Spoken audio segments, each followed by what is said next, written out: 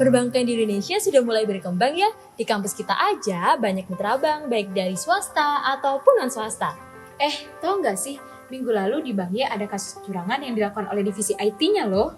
Oh, aku juga tahu. Dan lebih parahnya lagi, dia membeli hard drive di luar daerah yang sudah ditetapkan. Wah, aku baru tahu nih bagaimana kalau kita identifikasi kasus ini. Boleh tuh, ayo kita identifikasi sebagai auditor internalnya. Let's go! Assalamualaikum warahmatullahi wabarakatuh. Shalom Om Swastiastu, Namo Buddhaya, salam kebajikan bagi kita semua. Kami dari tim Dahlan Investigator Tim dengan saya Ani Fredonisa, rekan saya Regina Sirait dan rekan saya Hani Kudip. Pada kasus KBMK tahun ini, kita akan membahas terkait fraud atau kecurangan yang terjadi pada perusahaan multinasional di bidang perbankan. Dan diduga terjadi keterlibatan antara pimpinan cabang dan juga divisi IT. Mari kita identifikasi kasus ini. Fraud masih menjadi persoalan serius di berbagai sektor global saat ini, termasuk perusahaan swasta, non-swasta, dan lingkup pemerintahan. Menurut dari data Association of Certified Fraud Examiner (ACFE) Global tahun 2022, skema penipuan yang paling mengerikan secara global adalah penipuan laporan keuangan sebesar $32.900. Menurut data ACFE 2019, menyatakan keberadaan sistem kontrol yang kuat dapat menghalangi seseorang untuk melakukan tindakan pencegahan terjadinya fraud.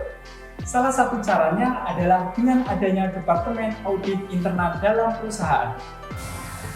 Ketika melakukan pemeriksaan terhadap perusahaan multinasional di bidang perbankan keuangan ini, kami auditor internal menemukan suatu indikasi kecurangan pada pembelian satu set hard drive oleh divisi IT. Karena walaupun harga pembelian satu set hard drive ini wajar, namun ada perbedaan alamat yang tertera pada perusahaan tersebut. Dalam kasus ini, teori yang kami gunakan adalah fraud pentagon theory. Dalam fraud pentagon theory ini, ada 5 faktor yang menjadi alasan seseorang melakukan kecurangan, yaitu ada tekanan, kesempatan, rasionalisasi, kemampuan, serta arogansi. Selanjutnya kita akan membahas terkait identifikasi keterjadian fraud menggunakan 5W plus 2H. Yang pertama, fraud apa yang terjadi? Di sini terdapat indikasi sel company, juga adanya indikasi sel company atau perusahaan cangkang yang dimiliki oleh seorang yang ada di dalam bank, yaitu melanggar Undang-Undang Nomor 1 Tahun 2023 Pasal 607. Yang kedua, adanya indikasi konflik of interest di mana staf IT diduga melakukan penyalahgunaan wewenangnya dan bekerja sama untuk mengambil keuntungan dalam pengadaan hard drive, di mana kasus ini melanggar Undang-Undang Nomor 1 Tahun 2023 Pasal 604. Selanjutnya, siapa saja yang diduga terlibat? Di antaranya, yang pertama staf pengadaan, staf keuangan, staf divisi IT, pimpinan cabang, vendor X di luar Jakarta, dan vendor di Jakarta. Kapan fraud terjadi? Pada saat transaksi dilakukan sesuai dengan voucher transaksi, fraud diduga dinilai dari sejak proses perencanaan pengadaan hard drive sampai terjadinya pembayaran. Selanjutnya, di mana fraud terjadi? Kantor cabang Bank Y pada alamat yang tercantum pada voucher transaksi vendor X. Selanjutnya, mengapa fraud terjadi? Fraud terjadi dijelaskan melalui petakan teori terdapat 5 alasan. Yang pertama, tekanan. Terjadinya masalah keuangan pribadi, ancaman kehilangan pekerjaan, ataupun lain sebagainya. Yang kedua, adanya kesempatan atau opportunity. Kemungkinan terjadinya pengawasan internal perusahaan yang kurang. Terjadinya sistem yang lemah dan mudah dimanipulasi. Yang ketiga, rasionalisasi. Terdapat budaya tidak jujur adalah wajar. Yang keempat, adanya kemampuan atau capability. Adanya keahlian menyembunyikan kecurangan dan memanipulasi data sistem. Yang terakhir, adanya arogansi, yaitu perasaan kebal hukum dan merasa bahwa dirinya tidak bisa diremehkan. Selanjutnya, how? Bagaimana terjadinya fraud?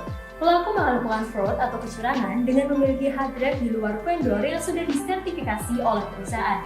Selain itu, transaksi diotorisasi oleh staf keuangan dengan langsung menyetujui sehingga diduga adanya kerjasama atau keterlibatan. Selanjutnya, how much? Berapa banyak? Kami mengasumsikan jumlah kerugian atas kasus ini sekurang-kurangnya yang tercantum pada bukti voucher transaksi pengadaan hard drive. Untuk mengetahui alasan keterjadian fraud pada perusahaan perbankan Bank Y, kita perlu menanyakan beberapa pertanyaan kepada vendor X di luar Jakarta. Inilah beberapa pertanyaan yang akan kita ajukan. Indikasi pertanyaan pertama terkait dengan identitas dan juga legalitas. Bisakah perusahaan menjelaskan secara detail identitas perusahaan, termasuk nama lengkap, alamat terdaftar, nomor telepon? Bisakah perusahaan ini menunjukkan bukti legalitas perusahaan seperti akta pendirian, SIUP, dan NPWP? Yang kedua, keterkaitan dengan transaksi. Apakah benar perusahaan ini telah melakukan transaksi penjualan hard drive kepada perusahaan perbankan Bank Y? Yang ketiga, terkait dengan produk dan harga. Bisakah perusahaan ini menjelaskan spesifikasi dan detail produk hard drive yang dijual kepada perusahaan perbankan Bank Y? Bisakah Anda menunjukkan bukti pembelian produk hard drive tersebut dari distributor resmi? Bisakah Anda menentukan harga jual hard drive kepada perbankan Bank Y? Yang keempat, kita menanyakan terkait dengan proses pembayaran. Bagaimana proses pembayaran yang dilakukan oleh perbankan Bank Y kepada perusahaan Anda? Ke rekening bank mana pembayaran tersebut ditransfer? Dan yang terakhir, terkait dengan dokumentasi.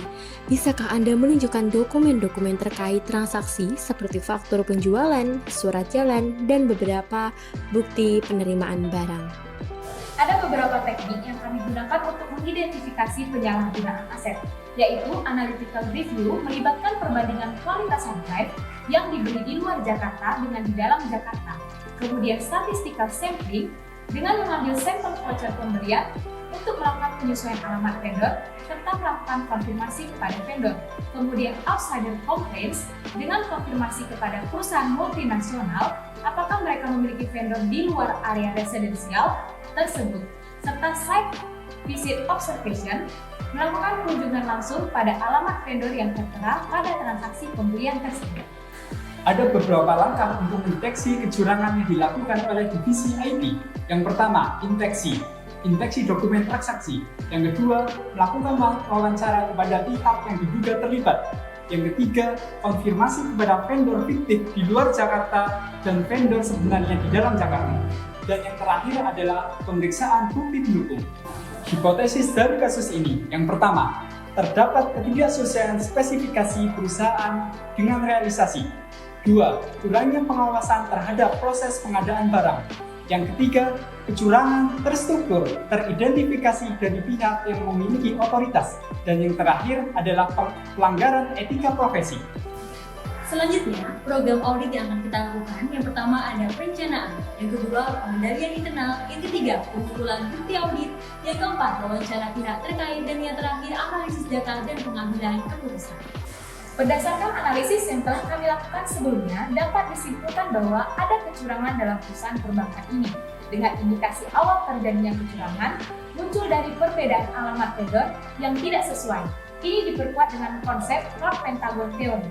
Dari proses identifikasi, ditemukan beberapa dugaan rencana kecurangan melibatkan staf pengadaan, keuangan, dan IT, pimpinan cabang, dan vendor X di luar Jakarta. Kemudian untuk tindakan lanjut, kami auditor internal akan melakukan audit investigasi lebih lanjut. Kami membutuhkan informasi tambahan terkait lokasi vendor X, struktur organisasi bank, prosedur pengadaan, dan bukti-bukti pendukung lain. Saran yang kita berikan kepada kasus ini, yang pertama, pembagian tugas yang terotorisasi. Kedua, otorisasi transaksi oleh pihak independen. Yang ketiga, daftar vendor harus terverifikasi. Keempat, mekanisme whistleblowing. Yang kelima, penerapan hukum yang tegas. Dan yang keenam dan terakhir adalah penggunaan sistem informasi pengadaan yang terkelola.